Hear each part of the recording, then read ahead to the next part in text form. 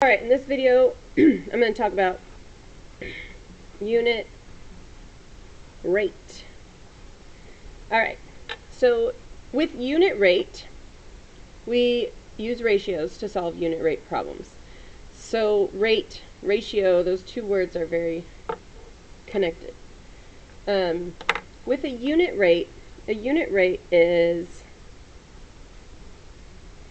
simply a ratio in which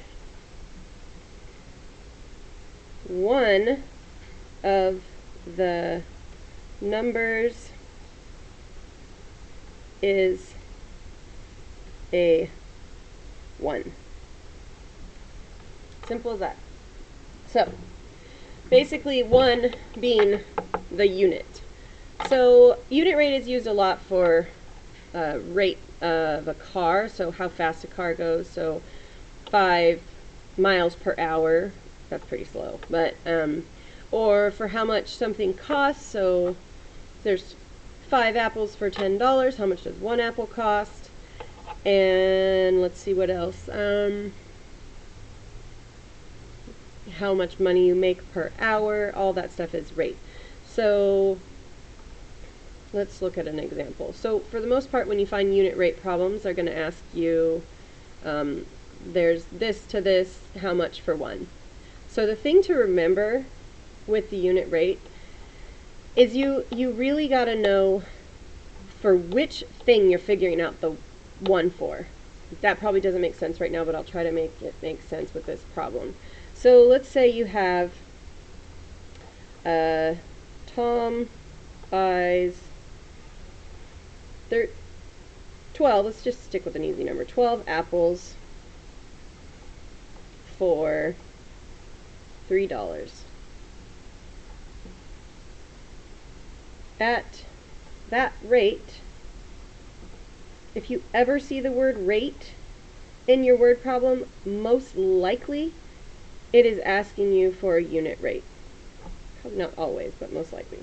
Tom buys 12 apples for $3. At that rate, how much is 1 apple?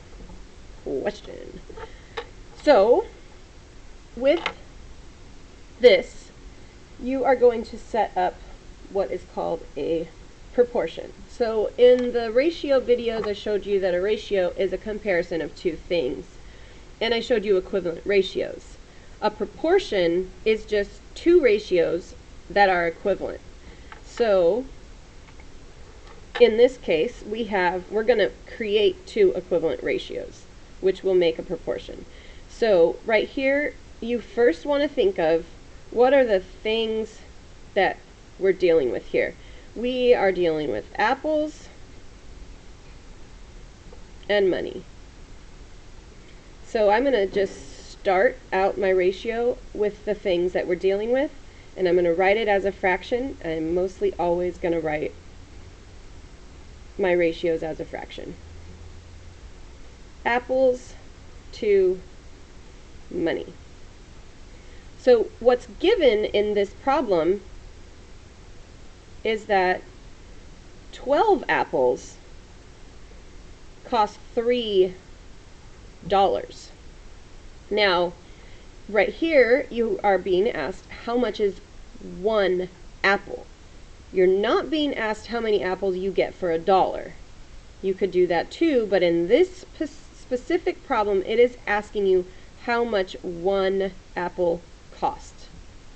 So, since you want to know how much 1 apple costs, the 1 has to go up here with the apples. Apples stick with apples and money sticks with money. Now down here, I don't know how much it costs. That's what the problem is asking me. So right here, I'm going to put an X. I could put a question mark, but I'm going to put an X to get you guys a little used to algebra since that's coming soon.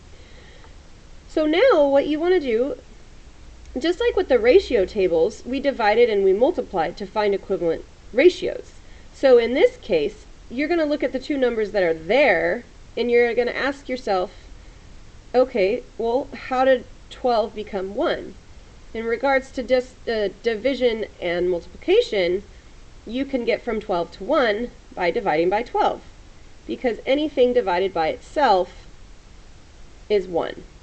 So, same rules apply. Whatever you divide the top by, you have to divide the bottom by. So 3 divided by 12 is 3 divided by 12. This is where your division's coming in handy. It's going to be a lot of division for this discipline. 12 into 3 doesn't go in, so I'm going to add a decimal and a 0. Okay, 12 into 30 goes twice. 12 times, 2 is 24. 2, 10, 6. Add another 0, bring it down. I'm just doing division the old-fashioned way. And 12 goes into 65 times, because I know that 12 times 5 is 60. And then that's it. So I know that x equals 0.25, which means 1 apple cost 25 cents. Dollar sign always goes in front, even if you're working with cents. You could just put the decimal in front if you're working with change, like cents, 1, 2, 3, 4, 5 pennies, or whatever.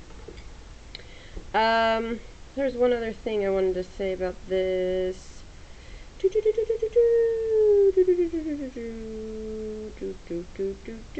Oh, I was going to draw a little picture. So, 12 apples. I'm just going to draw circles. 1, 2, 3, 4, 5, 6, 7, 8, 9, 10, 11, 12. To $1. Ooh, dollar. So, if you wanted just 1, basically that means you're dividing this by 12.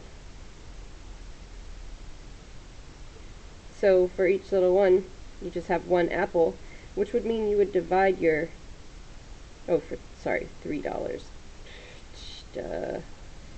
I'm messing you up already. So 12, you have 1 apple divided by 12. And so if you're going to divide these 3 by 12, how many parts would you have? So you have 3 here. So if you're going to divide by 12, you want 12 even parts. So divide it in half. Now we have 1, 2, 3, 4, 5, 6.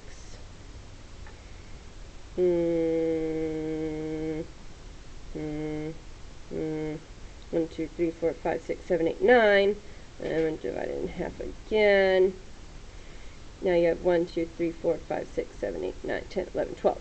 Now you have 1 apple. And then 1/4 of $1.